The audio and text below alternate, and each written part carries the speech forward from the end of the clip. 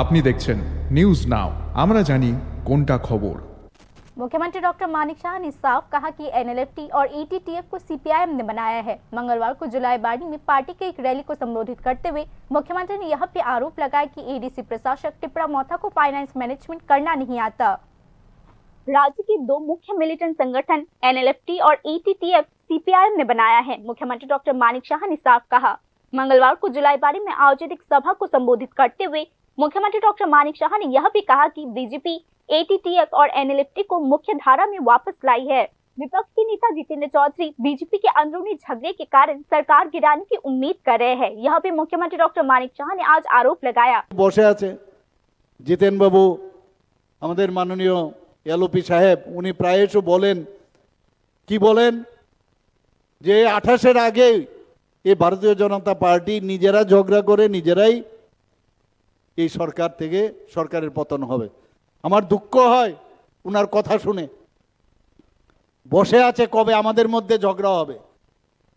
1977, 78, 79-এর আমার ঘটনা মনে আছে যে ল্যাটারাল এন্ট্রি নিয়ে কিভাবে সিপিএম শেষ পর্যন্ত কংগ্রেসের সাথে হাত মিলিয়ে সিএফডি জনতা ইত্যাদি করেছে, কিন্তু শেষ পর্যন্ত ওনারা সরকারে বসে গেল এবং 35 বছর রাজত্ব করেছে। একবার প্রথমে 10 বছর, তারপরে আরো 20 বছর। এনএলএফটি এটিটিএফ আপনারা সবাই জানেন উনাদের সৃষ্টি, কমিউনিস্টদের দ্বারা তৈরি, উনাদের দ্বারাই উনাদের এই মন্ত্রিসভার একজন সদস্য বিমল সিনহা খুন হয়েছে। এখন বলবে যে এগুলো আমরা করিনি, আপনাদের দ্বারাই তৈরি। আর এই এনএলএফটি এটিটিএফ আপনাদের কারণে তারা বিভ্রান্ত হয়ে তারা অন্যদিকে চলেছে। আজকে আপনারা যেসব কাজগুলো করেছেন তাদেরকে আমরা নর্মাল যাতে মেইন ট্র্যাকে আসে তার জন্য আমরা তাদেরকে নিয়ে এসেছি এখানে।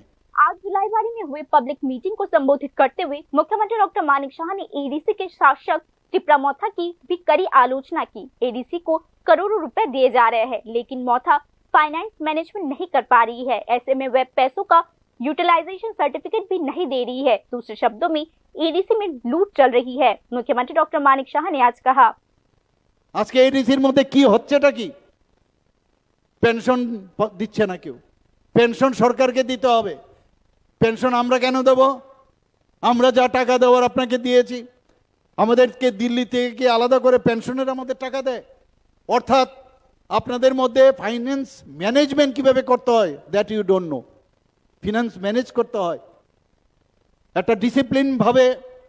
ফিনান্স একটা ম্যানেজমেন্টের বিষয় আছে, আপনারা কিছুই জানেন না। ফিনান্সের কনকারেন্সও নেন না আপনারা। আজকে বলছেন যে না আমরা দিতে পারবো না, অথচ টাকা বিভিন্ন জায়গায়, আমি এর আগেও আমাদের সরকার আসার পর 30 কোটি টাকা আমরা সেখানে কুমলুঙে হসপিটাল করার জন্য 30 করোড় আমরা আলাদাভাবে দিয়েছি। আমি কিছুদিন আগে বিভিন্ন আউট অফ বাজেটও আমি 30 কোটি টাকা দিয়েছি শুধু সেখানকে ডেভেলপমেন্টের জন্য। যদি ইউসির কথা বলি, শব্দ নেই, নানাভাবে আস্ফালন, কোনো হিসাব নেই, খালি দেয় না ইত্যাদি খালি। आने वाली सीटीएडीसी चुनावों को देखते हुए बीजेपी एडीसी की सभी 28 सीटें जीतने के लिए तैयार है। मुख्यमंत्री डॉक्टर मानिक शाह ने कहा, गठबंधन को बचाने की कोशिश में बीजेपी ने पिछले एडीसी चुनावों में 11 सीटों पर चुनाव लड़ा था, जहां बीजेपी ने 9 सीटें जीती थी। अब बीजेपी सभी सीटों पर अकेले बहुमत हासिल करेगी। मुख्यमंत्री डॉक्टर मानिक शाह ने आज कहा। Bureau report, news now.